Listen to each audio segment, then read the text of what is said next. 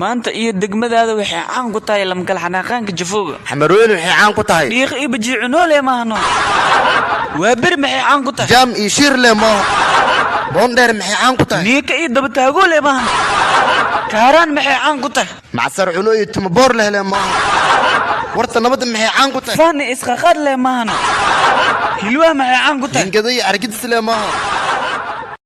Mareexaan dhagiina fura waxaad sheegtaan haddii kubad basketball loo tartamayo qabiilada lagu tashan karo ma habar gidirba mise waa dir mise waa ogaadeen waan filayaa inaad fahanteen aad ka jawaabi doontaan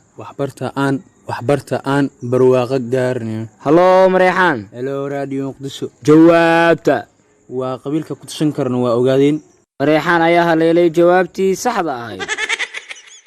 kaftankii lamkal xanaaqaanka magacyada gabdhaha gabar Maryam la dhaw Maryanim iyo Muran Jacayl u daa gabar xaabal dhaw xam badan iyo xaafad wareego u daa gabar daaqal oo dagaal jacayl isku dirlib u daa gabar shamsallo shubas jacayl dadku mashquulo u daa gabar sundus la subug jacayl iyo isla wareegnimo u daa gabar foosiil dhaw faan jacayl fururweenaan u daa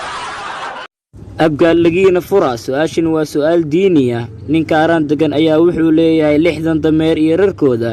ninkaasi sakama ku waajibtaa mise ma ku waajibto waan filayaa inaad fahanteen aad ka jawaabi doontaan insha Allah waxbarta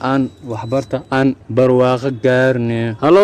abgaal. Hello Radio Muqdisho. Jawaabta anaga sakana ugu waajibta habar gadir ayaa walaalanahay anaga saaxib maanta tartamina